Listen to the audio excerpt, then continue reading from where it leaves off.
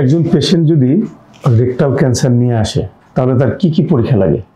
একটা রেকটাল ক্যান্সারের পেশেন্ট যদি আসে তার জন্য মিনিমাম 3টা পরীক্ষা খুব জরুরি। একটা হচ্ছে ফুল কলোনোস্কোপি, আর একটা হচ্ছে এমআরআই পেলভিস, তার সাথে কন্ট্রাস্ট সিটি স্ক্যান পুরো পেটের, এবং তার সাথে কার্সিনো এমব্রায়োনিক অ্যান্টিজেন নামক একটা টিউমার মার্কার। এটা হচ্ছে ম্যান্ডেটরি।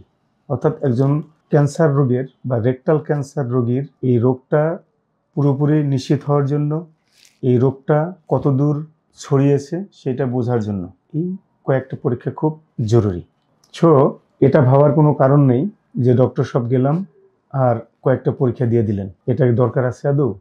হ্যাঁ, অবশ্যই দরকার আছে। কারণ এটা ছাড়া সঠিক সিদ্ধান্তে উপনীত হওয়া সম্ভব নয়। কারণ এই রোগের চিকিৎসাটা ভেরিয়েশন হয় হচ্ছে তার স্টেজিংয়ের উপরে, অর্থাৎ কোন পর্যায়ে আছে সেটা বোঝার জন্য। আর এই পর্যায়টা বোঝার জন্য এই কয়েকটা পরীক্ষা অবশ্যই করতে হয়। সুতরাং ভ্রান্ত ধারণার মধ্যে না থেকে একজন শল্য চিকিৎসক তথা কোলোরেক্টাল সার্জনকে বিশ্বাস করুন। ধন্যবাদ সবাইকে।